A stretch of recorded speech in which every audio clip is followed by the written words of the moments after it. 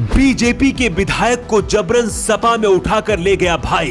विधायक की 25 साल की बेटी ने अपने पिता को ही हराने की कसम खा ली है।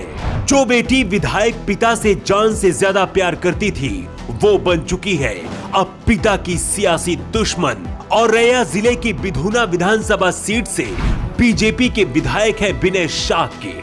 5 सालों तक योगी सरकार में सियासी स्वाद चखा, सत्ता की मलाई खाई और चुनाव से पहले सपा में शामिल हो गए।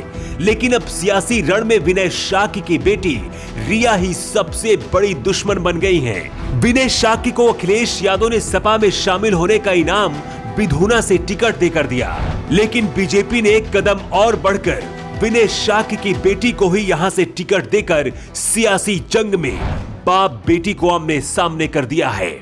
विधायक विनय शाक्य के परिवार में कुर्सी के लिए महाभारत हुई है। विनय शाक्य की विरासत पर बेटी और भाई दोनों हक जता रहे हैं। विधायक पिता की असली सियासी वारिस रिया खुद को मानती हैं। विनय शाक्य के भाई सपा के साथ चुनावी मैदान में डटे हुए हैं और अखिलेश यादव के लिए वोट मांग रहे हैं। विनय शाक्य की सगी बेटी और बेटा बीजेपी के साथ हैं। औरैया विधानसभा सीट की लड़ाई अब बाप बेटी पर आ चुकी है।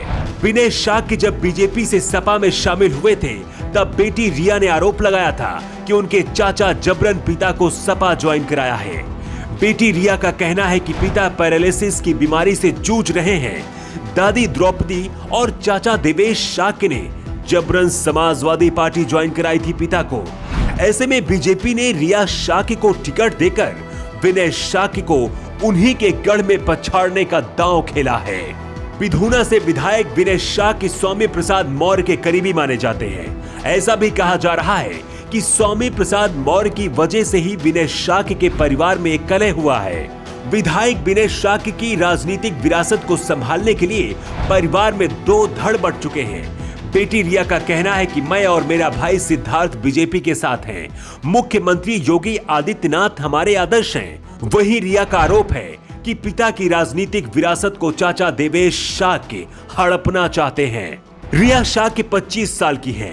देहरादून के बोर्डिंग स्कूल से पढ़ाई की है और पुणे के सिम्बायोसिस यूनिवर्सिटी से डिजाइनिंग की पढ़ाई की है। रिया इसे अपनी सबसे बड़ी ताकत समझती है। आपको बता दें कि रिया ने इससे पहले एक वीडियो जारी किया था, जिसमें रिया ने कहा था कि चाचा देवेश ने उनके पिता का अपहरण किया है। बीजेपी से टिकट मिलने के बाद रिया ने कहा है कि भाजपा प्रत्याशी के रूप में पूरे मनोयोग के साथ बिधूना में भाजपा का परचम एक बार फिर से लहरेगा। रिया शाक्य ने कहा है, महिला सुरक्षा और विकास उनका चुनावी मुद्दा होगा। क्या पिता के सामने चुनाव लड़कर रिया सही कर रही है? आपको क्या लगता है, बिधूना विधानसभा की जनता बाप बेटी में से किसे चुनेगी? आप अपना जवाब कमेंट बॉक्स में दे सकते हैं। Bureau report, new times.